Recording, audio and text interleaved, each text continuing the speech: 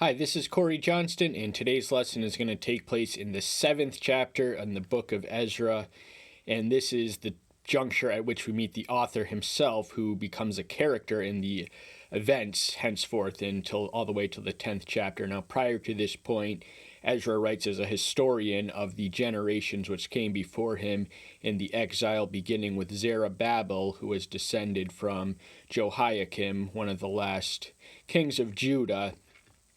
And we read also in the opening 4 verses that Ezra is similarly descended from the Aaronic dynastic priesthood. So Ezra is a priest, but he's more than a priest. He's a reformer and a revivalist. So the purpose for which he comes in 458 BM before Messiah is to restore the pure and pristine worship in Jewish life, which was largely lost at this time for a variety of reasons. You know, they had built in the 6th chapter, we read of the dedication of the temple. This took place in the years 515, and the prophets Haggai was motivated, and Zechariah too. His earlier chapters are written to motivate the building of this temple.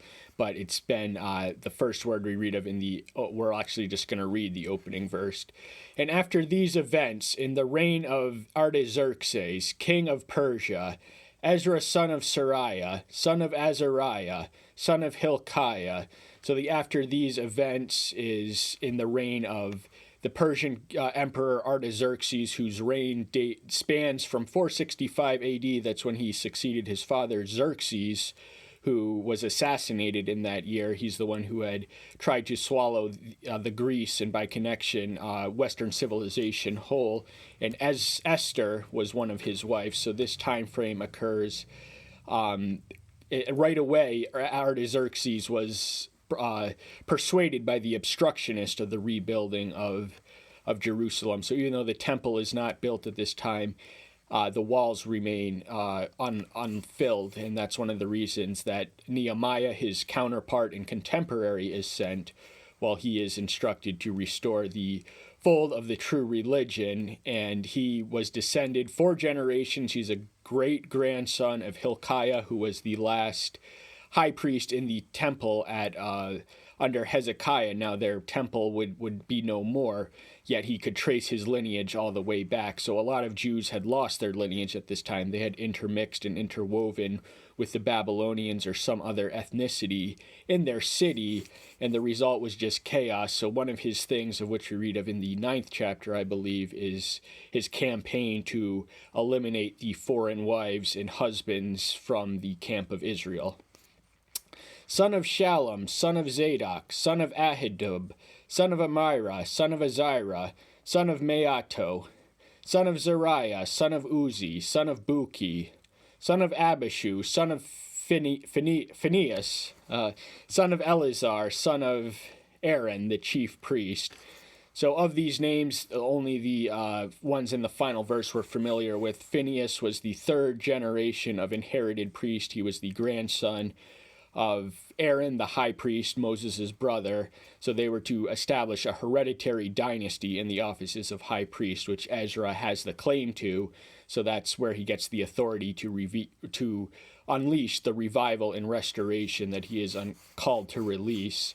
And Eleazar was not the firstborn son of Aaron. The first 2 born were actually smoten in response to their transgression of their high priestly duties. So Eleazar was the one who inherited the dynasty from Aaron. The other two did not make it. This Ezra came up from Babylon, and he was a scribe skilled in the law of Moses, which Yahweh Elohim of Israel had given. And the king gave him all he asked, according to the hand of Yahweh his Elohim upon him. So he had been in Babylon. He wasn't born in Judah, although he did have strong roots there. He would have been born in Babylon like the majority of the Jewish people at this point. You know, they returned and resettled in waves, and he comes with a wave that brings Nehemiah with him, and it marks a new turning point in the restoration of Jewish history, which had been permitted by Cyrus, but for a variety of reasons, of which we read in the writings of Ezra. Ezra is also believed to have written both chronicle accounts, the book of Nehemiah and Psalm 119.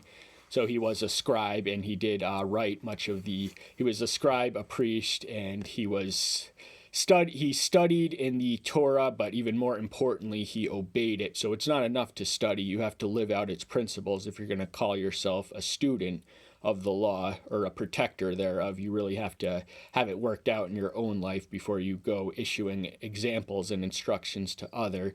And he enjoyed the good graces of the Persian king, his political patron at this point.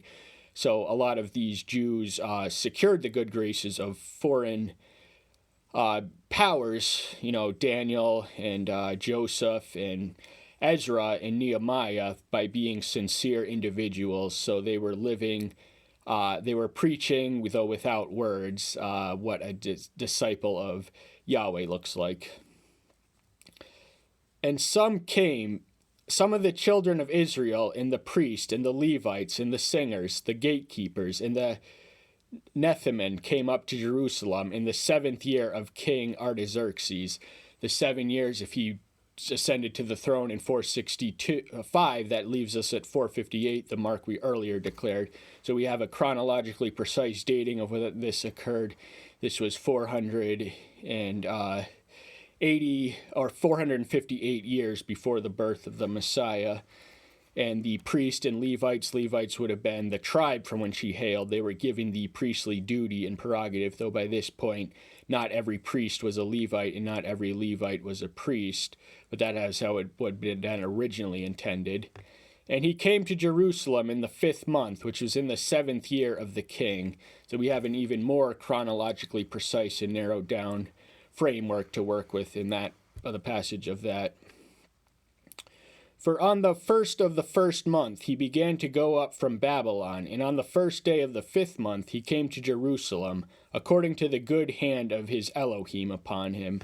So that's the second time that we read. We neglected to comment on after reading the 6th verse, but we also read according to the hand of Yahweh his Elohim upon him. So he clearly had the grace and the guidance and the protection and the power of Elohim with him wherever he went, whether it was impressing the Persian emperor to give him unlimited trust with the financial resources he needs in order to rebuild this city in the midst of restoration.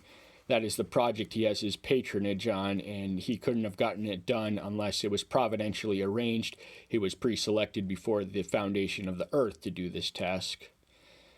For Ezra had prepared his heart to seek the Torah of Yahweh, and to do it, and to teach laws and justice in Israel.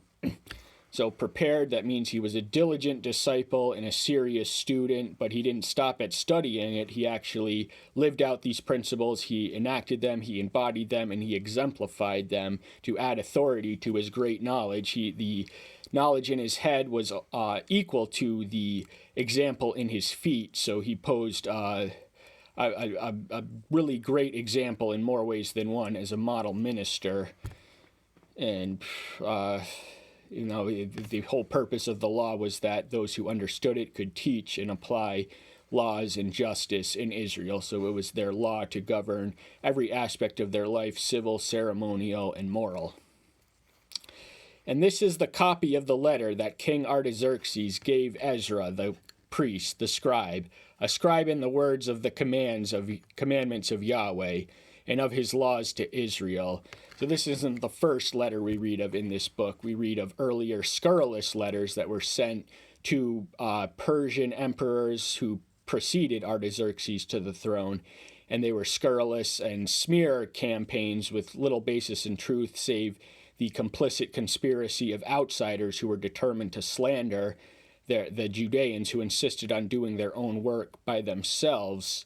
And the idea of this city kind of threatened them. The city restored threatened them militarily, so they combined in conspiracy against the Jews. And a lot of their contents are not the least bit true nor flattering, but a lot of when you read the emperor's response, also contained in letters, you realize how they were deceived and manipulated into believing that the Jews actually posed a threat to the stability of their empire.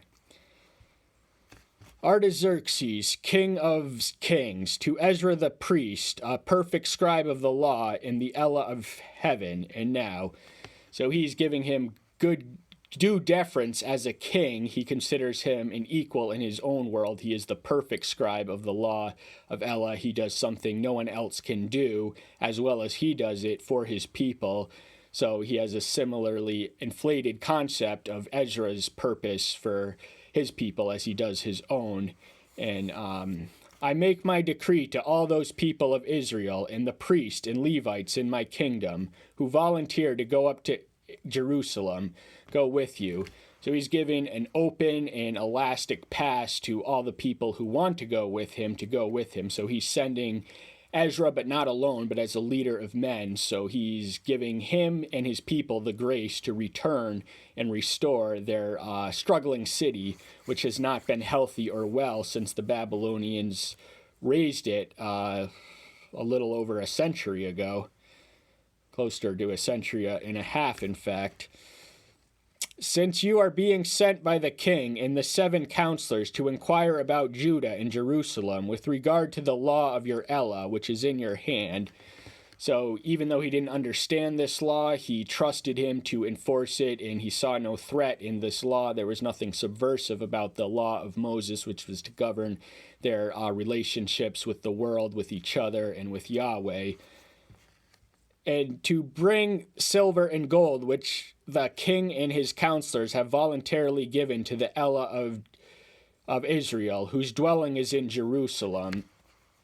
So they had given them all the financial resources they had asked for in order to get the job done. And their understanding of his dwelling in Jerusalem, they probably envisioned him as a national deity. Lo and behold, he had created them and was using them to enact his will, his providential will, towards his chosen people, Israel.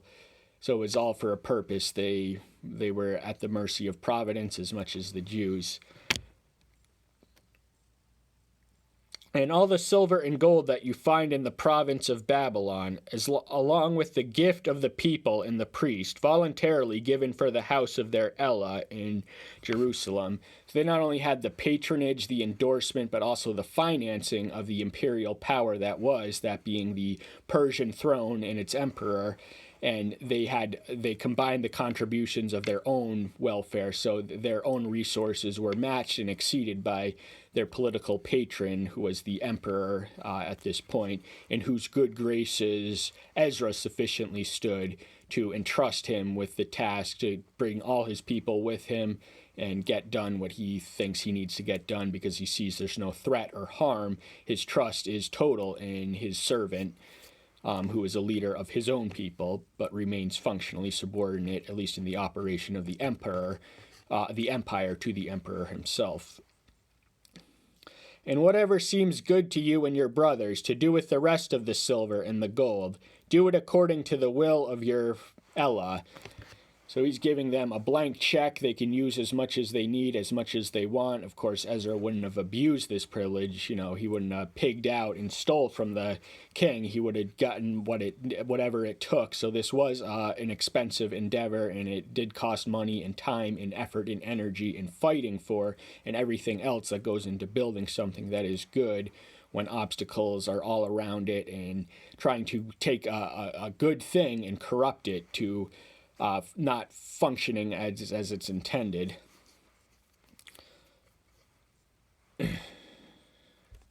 And the rest of the needs and the utensils that are given to you for the service of the house of your Ella, put back before the Ella of Jerusalem.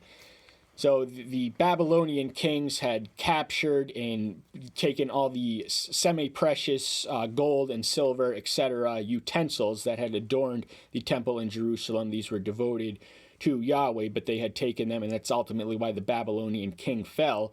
Belteshazzar, the grandson of Nebuchadnezzar, the one who had conquered the people in Jerusalem and Judah, he dined out and pigged out in a fest while the Persian armies of the Persian emperor who would displace him that night were at his city walls. He was secure in his arrogance. Then hand comes on the wall that Daniel alone interprets, and the king responds like a fool, because he, the fool has said it in his heart, there is no God. Psalm 51, 3:1 and 14:1.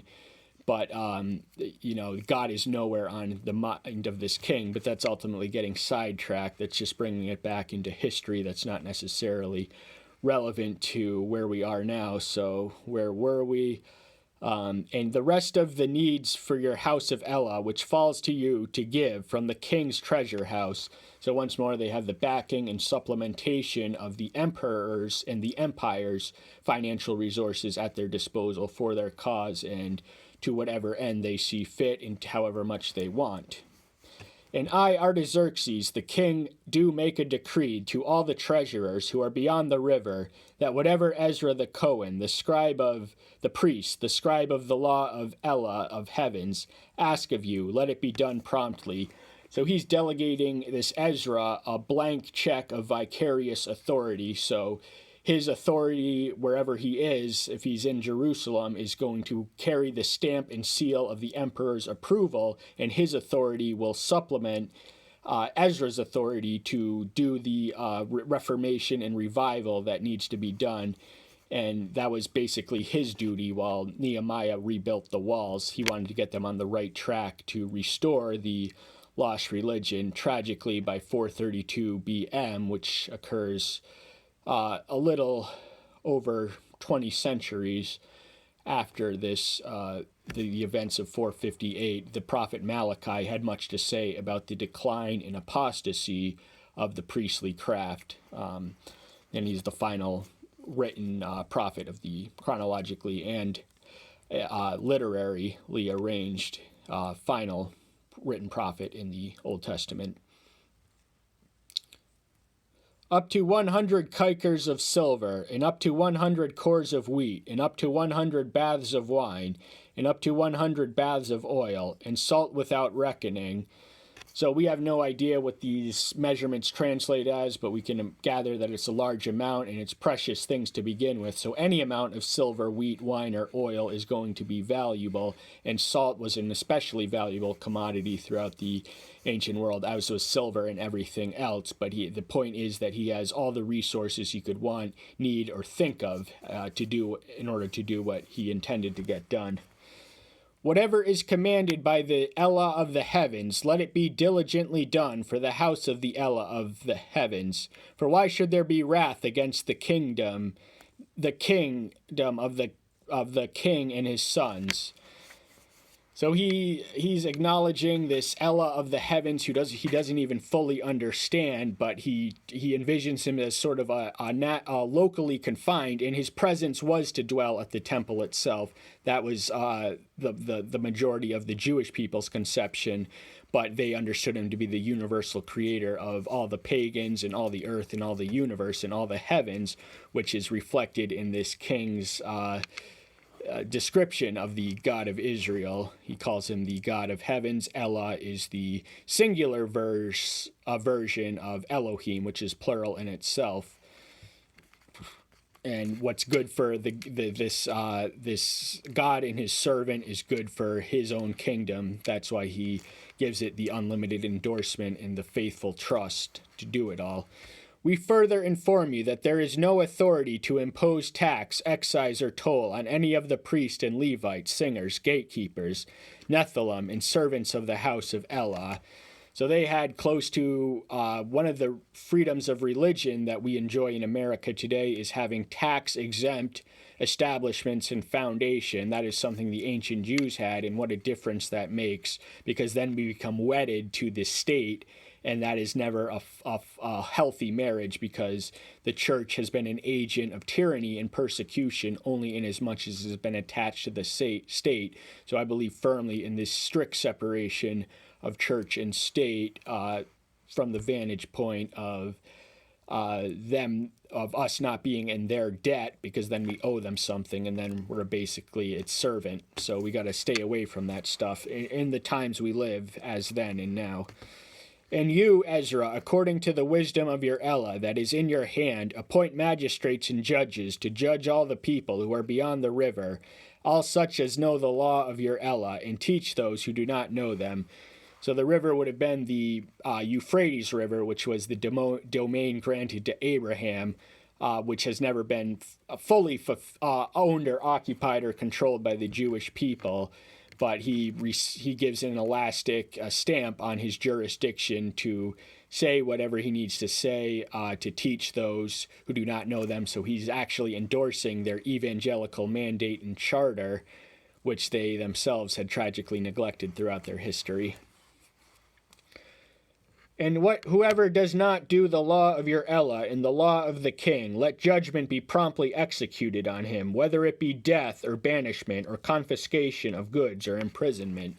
So he's empowering him, he's delegating him the authority to, if they go against your law or my law, he wants him to be his eyes and ears where he is. He is still his subordinate, but he's given an elastic license to run his own people as he sees fit by the delegating monarch, whose authority he shares and passes on to him own, but he's trusting him to not only punish, but to mete out whatever judgment he sees fit on the behalf of those who he is punishing, whether on his own, for violations of his own law or violations of the Persian law, imperial law. Blessed be Yahweh Elohim of our fathers, who has not put this in the king's heart, to embellish the house of Yahweh, which is in Jerusalem. So at this point, he's really speaking as Ezra, and he's thanking and blessing the God of his ancestors and for doing what he did to stimulate this man's heart to make it meet the right conditions in order to turn it against protecting and patronizing Israel's restoration efforts. So they could not do this apart from the sponsor, endorsement, permission, and authority of their political overlords, which were by this point the Persian emperors who had conquered the ones who had conquered them, but treated them more leniently and with more liberty, granted more liberty than their Persian captors had done. And has extended kindness to me before the king and his counselors, and before all the king's mighty princes. So I was strengthened as the hand of Yahweh, my Elohim, was upon me, and I gathered heads from Israel to go with me. So for the third time and the final time, that's our last verse in this chapter, we read that he had the hand of Yahweh was Yahweh Elohim was upon me. That is the strongest ally one can conceivably have to do to make a good impression before the king and his counselors, and to be entrusted by them and you to lead these people to this exalted task of restoration and revival that you have called me for.